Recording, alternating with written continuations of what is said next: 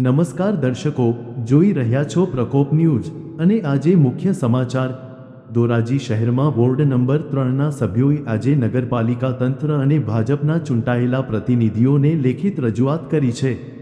મહારાજા ભગવતસિંહજીના સમયની જર્જરિત શાક માર્કેટ તોડી પાડીને 2017થી 18માં સ્વર્ણિમ જયંતિ મુખ્યમંત્રી શહેરી વિકાસ યોજના હેઠળ નવી શાક માર્કેટનું બાંધકામ પૂર્ણ કરવામાં આવ્યું હતું, પરંતુ 5 થી 6 વર્ષ વીતી ગયા છતાં નગરપાલિકા તંત્ર દ્વારા વેપારીઓને નવા થડાઓ ફાળવવામાં આવ્યા નથી, જેમાંથી ઘણા થડા ધારકો મુશ્કેલીઓનો સામનો કરી રહ્યા છે।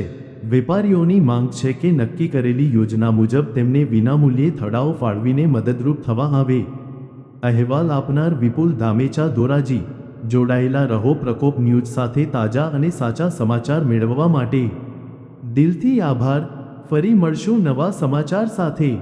જોતા રહો પ્રકોપ ન્યૂઝ। હું અરવિંદભાઈ બગડા, વોર્ડ નંબર 3ના સુધરાઈ સભ્યો અને સામાજિક આગેવાન, અમે આજરોજ ધોરાજી નગરપાલિકામાં શાક માર્કેટના થડાઓ સોંપવા અંગે રજૂઆત કરેલ। મુખ્ય પાણીના પ્રશ્નો, પછી સફાઈના પ્રશ્નો અને ખાસ કરીને જે તે વખતે માર્કેટ બનાવવાની હતી ત્યારે ત્યાંના વેપારીઓને વૈકલ્પિક વ્યવસ્થા રૂપે લોકમેળા જન્માષ્ટમીનું જે ગ્રાઉન્ડ છે એમાં વ્યવસ્થા કરાઈ હતી, પણ છેલ્લા 6-7 વર્ષથી આ શાક માર્કેટ તૈયાર હોય પણ એને સોંપવામાં કોઈ પણ કારણોસર સોંપવામાં આવેલ નથી।